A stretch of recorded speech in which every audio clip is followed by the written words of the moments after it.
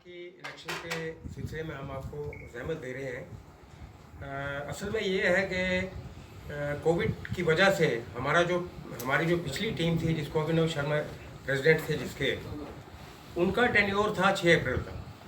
वो टेन्योर ख़त्म होने से पहले ही मार्च के 3rd और 4th वीक में ये कोविड चल गया, लॉकडाउन हो गया, इलेक्शन नहीं हो सकी। इसकी वजह से दिक्कत अब ये आ रही है कि कुछ लोग कहते हैं कि इलेक्शन होना चाहिए, मेजॉरिटी ये कह रही है कि इलेक्शन नहीं होना चाहिए, क्योंकि फिजिकल अपीयरेंस किसी की भी अलाउड नहीं है हाई कोर्ट में, हाई कोर्ट के ऑर्डर्स की वजह से। ये पर उसके बावजूद भी हमारे प्रेसिडेंट जो अभिनव शर्मा है, उनकी टीम ने हमें मुकर्रर कर दिया, हमारी एक इलेक्शन की कमेटी बना दी, जिसका मुझे चेयरमैन रखा, सुरेंद्र कौर है उनको वाइस चेयरमैन रखा, चंद्र शर्मा, मोहन शर्मा है इनको कन्वीनर रखा, फिर मेंबर रखे सारे। तो हमने ये कोशिश की कि ट्राई करते हैं, अगर इलेक्शन कोई पॉसिबल है तो इलेक्शन करवा दें, पर पॉसिबिलिटी नज़र नहीं आई। फिर कुछ लोग कहने लगे नहीं जी, अगर आप फर्दर कुछ करना चाहते हो तो आप हाउस की मीटिंग कॉल करो। फिर हम लोगों ने ये भी ट्राई किया कि हम हाउस की मीटिंग कॉल करें, पर हाउस की मीटिंग या तो बार एसोसिएशन के हॉल में हो सकती है या फिर ओपन लॉन्ज में हो सकती है, जो कि हाई कोर्ट के नीचे है। हमने इस सिलसिले में मैंने पर्सनली रजिस्ट्रार जुडिशियल है हाई कोर्ट के हमारे, उनसे बात की, प्रिंसिपल सेशन जज साहब हैं डिस्ट्रिक्ट सेशन जज जम्मू, उनसे बात की कि हमें थोड़ी देर के लिए परमिशन दी जाए ताकि हम हाउस की मीटिंग करें और उसमें डिसाइड करें कि क्या हम इलेक्शन करवाएं कि ना करवाएं। क्योंकि इलेक्शन करवाने के लिए सबसे मेन चीज़ ये है कि वोटर लिस्ट को वैलिडेट करना है। वोटर लिस्ट के लिए जितने भी मेंबर्स हैं, हमारी सालाना फीस हमने जमा करवानी होती है हर मेंबर ने। अब कुछ लोग ये भी कहते हैं कि चूँकि 7 महीने से लॉकडाउन है, हम फीस देने के काबिल ही नहीं हैं। तो अब इलेक्शन कमेटी के पास ये अख्तियार नहीं है कि हम उनकी फ़ीस माफ़ कर सकें। इसीलिए हमने कोशिश की थी कि चलो हम हाउस की मीटिंग करवा के तो वहाँ से कोई फरमान ले लेते हैं, पर वो इनकार हो गया। उसके बाद अब हमने क्या किया, हमने ये कोशिश की कि अगर इलेक्शन ना हो सके तो हमें इसके बारे में क्या करना चाहिए। फिर हमने व्हाट्सएप में मैसेजेस डाल दिए कि हम इलेक्शन तो होना नामुमकिन है, ऐसा करते हैं कि हम कोई कमेटी जिसका नाम हम प्रेसिडियम कहते हैं उसको कॉन्स्टिट्यूट करते हैं ताकि बाहर के अफेयर्स को आगे चला सकें।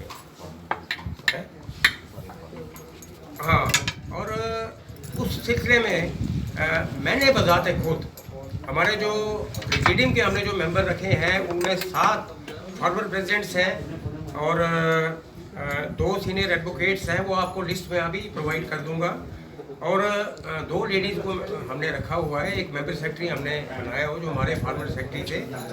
तो उन सब से फिर मैंने ज़ाती तौर पे इन्होंने ज़ाती तौर पे अपने अपने कंटेक्ट्स बनाने शुरू कर दिए कि हमें आप गाइड करिए कि हम क्या करें। क्योंकि जो हमारे प्रेसिडेंट साहब हैं, उन्होंने जब ये कमेटी बनाई, उन्होंने सारे ऑफिस बेयर्स ने अपने ऑफिस को डिमिट कर दिया। अब मेरे पास चारा कोई नहीं है, अगर मैं इसको छोड़ दूं, इलेक्शन में नहीं करवा सकता, मैं इसको छोड़ के तो किसके हवाले करूं। क्योंकि 23 तारीख को 22 अक्टूबर को प्रेसिडेंट साहब का लेटर मुझे आया था कि आप टेक ओवर करो, अब सब कुछ आपके कंट्रोल में है, सारा बार एसोसिएशन, उनके एम्प्लॉई, सारा सिस्टम आपके कंट्रोल में है। तो मैंने 23 को जाके, ये भी मेरे साथ थे, मैंने जाके वहाँ सारे जो सिस्टम है उसको फ्रीज कर दिया कि जब तक मैं ना कहूँ या जब तक कोई नया प्रेसिडेंट ना बने तो कोई भी ट्रांजैक्शन ना हो। ये सिलसिला चलता रहा। तो फिर सीनियर लोगों से जब हमने बात की तो उन्होंने कहा कि हम लोग पार्टिसिपेट नहीं करेंगे जब तक फिजिकल अपीयरेंस की परमिशन हाई कोर्ट नहीं देता या रिस्ट्रिक्शन जो लगाई है उनको नहीं उठाता।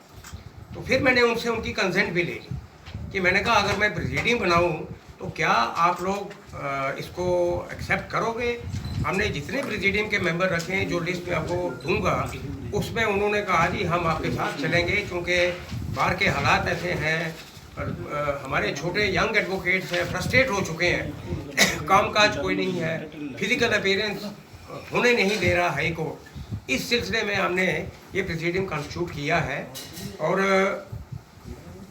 हम चाहते हैं कि जितनी बाहर की डिफ़िकल्टीज़ हैं, जितनी बाहर मेंबर्स की डिफ़िकल्टीज़ हैं, जो कुछ है वो इतने सीनियर लोग हैं, ये लोग रल मिल के, मैं बतौर चेयरमैन था इसका इलेक्शन कमेटी का, तो मेरी टीम ने कहा कि आप इनके साथ एक्स ऑफिशियो मेंबर आप भी बन जाओ।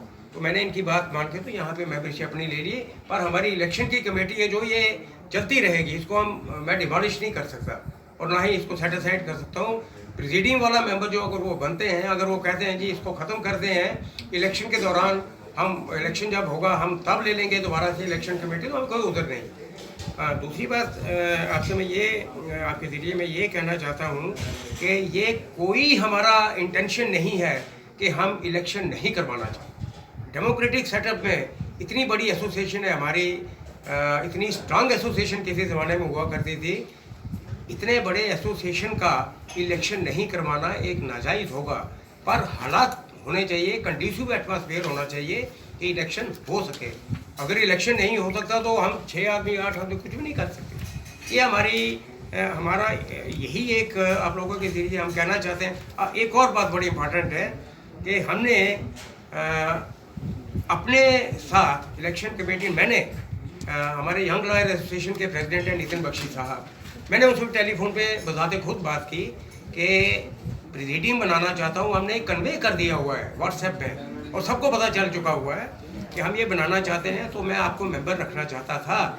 लेकिन चूंकि आपके खिलाफ हाई कोर्ट में वो आसिफा मर्डर केस के बारे में आपके खिलाफ कंटेम्प्ट हुई है, जो हड़ताल हुई थी, तो मैंने कहा आपको नहीं रख सकता था, आप मुझे बताएं क्या। उन्होंने कहा जी मैं शाम को आपको बता दूंगा।